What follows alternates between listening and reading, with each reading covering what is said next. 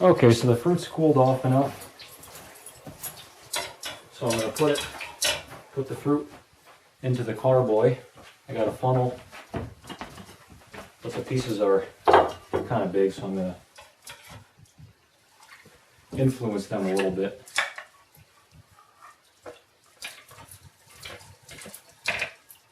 Orange pieces are a little bit large.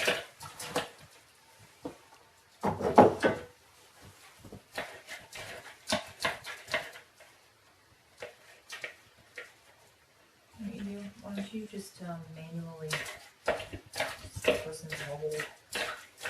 What do you mean? Like, just like take them and stuff them in without the funnel. It might be easier.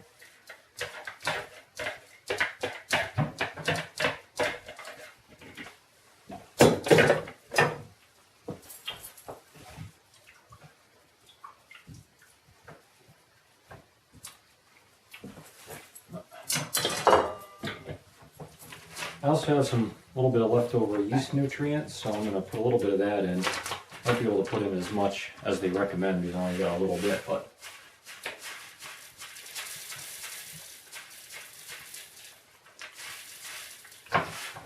try to evenly divide it.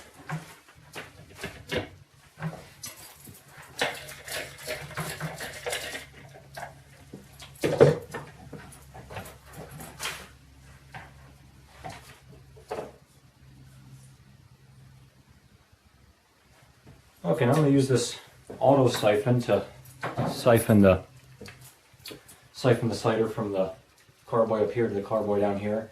I've had this end of the tube in some star sand water to sanitize that. I'm going to quickly dunk the other end into a carboy I have over here to re-sanitize, even though I cleaned everything previously, but it's been sitting outside out in the open air for a minute, so that's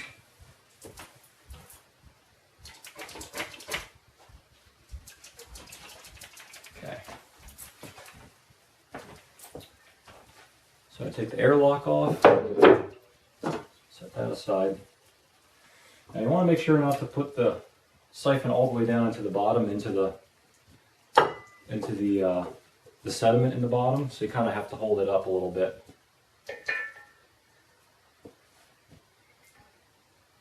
And to use it, all you do, pull the inner part up. Oh, you push that, hold it in there, thanks. And push back down. Sometimes you have to give it a pump or two to get it going. That's it.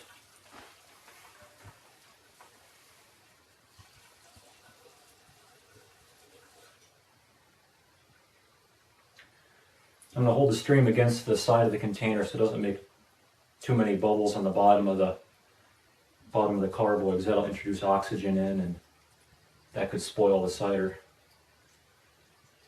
And the one last thing I do when I'm getting to the bottom of the carboy, of the upper carboy, I stir up a little bit of the sediment and get a little bit of the sediment into the fresh carboy on the floor, because that sediment contains yeast, dormant yeast particles or bodies or whatever. And I figure that'll help get the new batch of cider going, of it fermenting. Okay, now the next thing, or the next carboy, is the mixed berries. This ought to go down there a little easier. And again, all the foam in the carboy, that's just from the star sand. And the foam doesn't harm anything.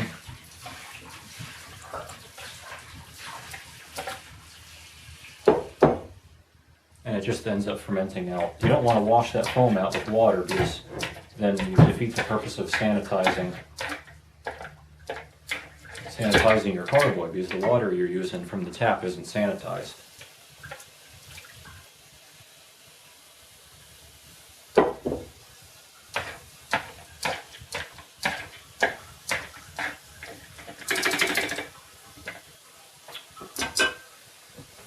Again, I'm going to shake a little bit of this stuff in there.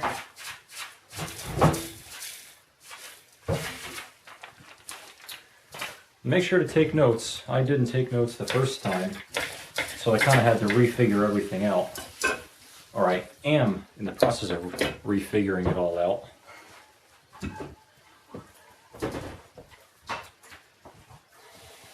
So once again, I'll take off the airlock, cork.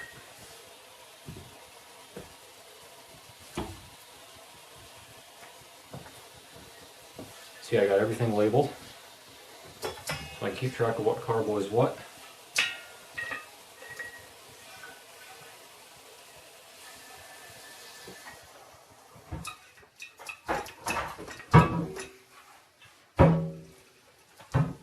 There we go. Okay, these are my last two carboys, both with Safale S-04 yeast in them. Both the same apple juice and everything, and you can see they're pretty clearly different. So I don't really know what happened. They're both pretty well covered from sunlight and everything. Maybe one might have gotten a little more light than the other, but you see this one settled out nice and clear. And the other one, not only is it cloudy, but there's 3 distinct layers of different colored juice or cider, and then there's the very bottom with the sediment in them. They both smell about the same. So I just have to take a note of it and move on. Okay, here's the ciders ready to go and keep on fermenting. This one here, used to be one of the 3-gallon carboys, but I didn't have another one to rack into, so I had to put it in the 5-gallon. I don't like leaving that much headspace there, but I guess it should be okay. And I'm even starting to see a little bit of activity in the airlocks, not much though, so I'll let it sit for a little while. It should take a couple of days for it to really get going. And again, I got some shirts to wrap around to keep the light off them, and I moved these to one of the coolest rooms in the house. They used to be in the room with the fireplace, and or the wood stove. Now that we got that going, I took them out of there, so I'll keep them nice and cool. Again, everything's labeled. I got detailed notes there on what's going on.